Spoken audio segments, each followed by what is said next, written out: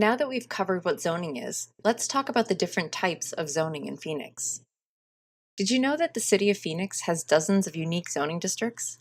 These zoning districts help provide standards for all the different types of development in Phoenix. Phoenix's zoning districts can mostly be broken down into the following categories: single-family residential, multifamily residential, commercial, and industrial. Let's start by taking a look at each of the four basic zoning categories.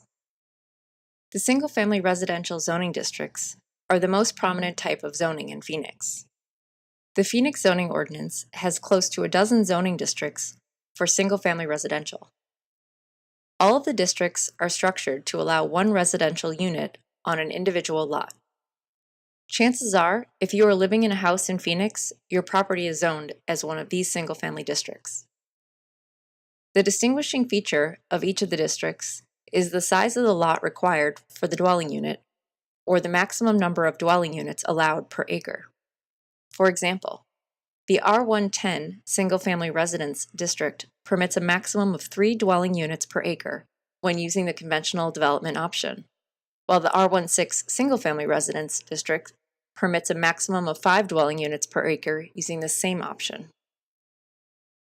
The multifamily residential districts provide for other living styles, including apartments, condominiums, and townhomes.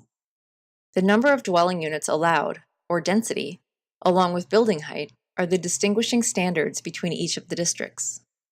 For example, the R2 multifamily residence district permits a maximum of 10 dwelling units per acre, with a maximum building height of 2 stories and 30 feet when using the subdivision development option.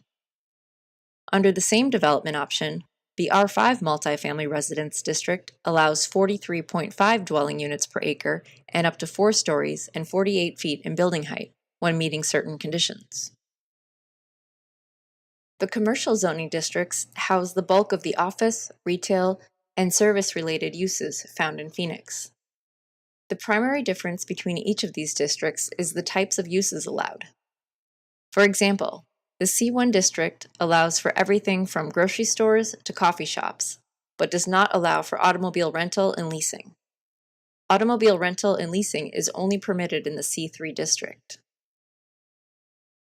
The industrial zoning districts allow what are generally seen as the most intense types of uses and are the districts typically found in clusters in the city.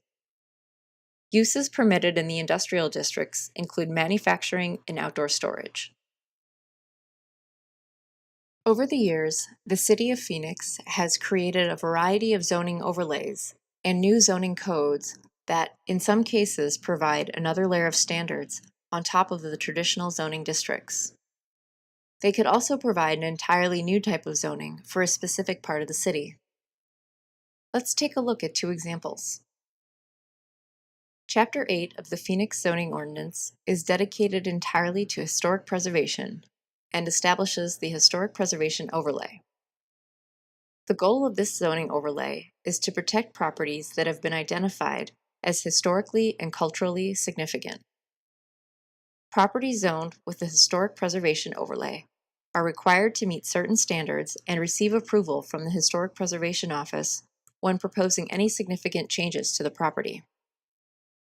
In recent years, the City of Phoenix has developed zoning codes that focus less on separating land uses and more on the resulting form of the buildings.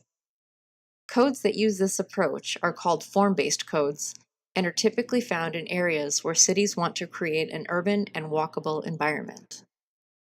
The City of Phoenix has 2 form-based codes, the Downtown Code and the Walkable Urban Code. Both codes emphasize active and inviting streetscapes and are less concerned with separating residential and commercial uses.